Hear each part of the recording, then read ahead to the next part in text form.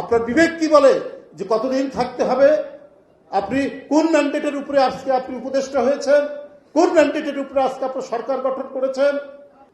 আজকে নানা কৌশলে, নানাভাবে, নানা কথা নানা দিক থেকে বলা হচ্ছে। গতকাল আমাদের ভারপ্রাপ্ত চেয়ারম্যান বারবার একটা ষড়যন্ত্রের কথা বলেছে। আপনাকে ডান দিকে, বাম দিকে, সামনে পেছনে তাকালে ষড়যন্ত্রের কি আভাস পান না? আভাস পায়। সরকারের একজন উপদেষ্টা খুব করে বলছেন, অহংকার করে বলছেন, জনগণ কতদিন আমাদের থাকতে হবে সেটা তো আমাদের ম্যান্ডেট দেয়নি। নির্বাচন করার কবে তারিখ দিবে সেটা নির্বাচন কমিশন জানে। তো এই কথাটার মধ্যেই তো আমরা সন্দেহ খুঁজে পাই, ষড়যন্ত্র খুঁজে পাই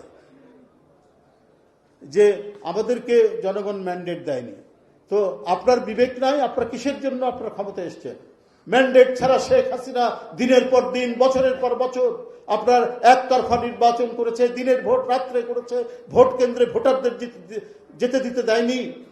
সেই পরিস্থিতির মধ্যে দিয়ে সারা জাতির ক্ষুব্ধতার যে স্ফুরণ হয়েছে, তারই চরম ম্যানিফেস্টেশন, তার চরম বহিঃপ্রকাশ হয়েছে আপনার জুলাইয়ের আন্দোলনের মধ্যে দিয়ে।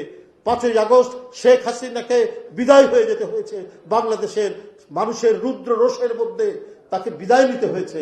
তারই ফলশ্রুতিতে আজকে ডক্টর ইউনূস সাহেবের সরকার, তার একজন উপদেষ্টা হিসাবে আপনি গর্ব করে, অহংকার করে বলছেন যে আমাদের তো ম্যান্ডেট পাইনি, কতদিন থাকতে হবে না থাকতে হবে এটা নির্বাচন কমিশনের দরকার। আপনার বিবেক কি বলে যে কতদিন থাকতে হবে? আপনি কোন ম্যান্ডেটের উপরে আজকে আপনি উপদেষ্টা হয়েছেন? কোন ম্যান্ডেটের উপরে আজকে আপনার সরকার গঠন করেছেন?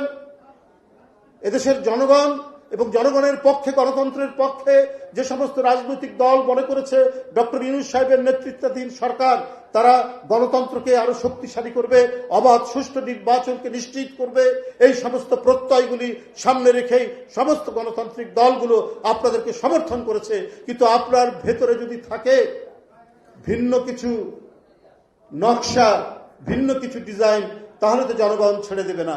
কারণ আপনারা আহরাফ, আপনারা ওয়াসিম আকরাম, আপনারা আবু সাইদ, যারা নিজের শার্টের বোতাম খুলে তপ্ত বুলেটকে রিসিভ করতে, বরণ করতে যারা দ্বিধা করেনি, সেই রক্তের উপর দাঁড়িয়ে আপনি আপনার অনির্বাচিত সরকার কতদিন থাকবে না থাকবে সেটা আপনারা মনে করছেন যে যতদিন ইচ্ছা ততদিন থাকবো, এই ধরনের অহংকারমূলক কথা বলে আপনারা আন্দোলনের সাথে, শহীদদের সাথে, তাদের রক্তের সাথে, গণতন্ত্রের বিরুদ্ধে আপনারা কথা বলেছেন।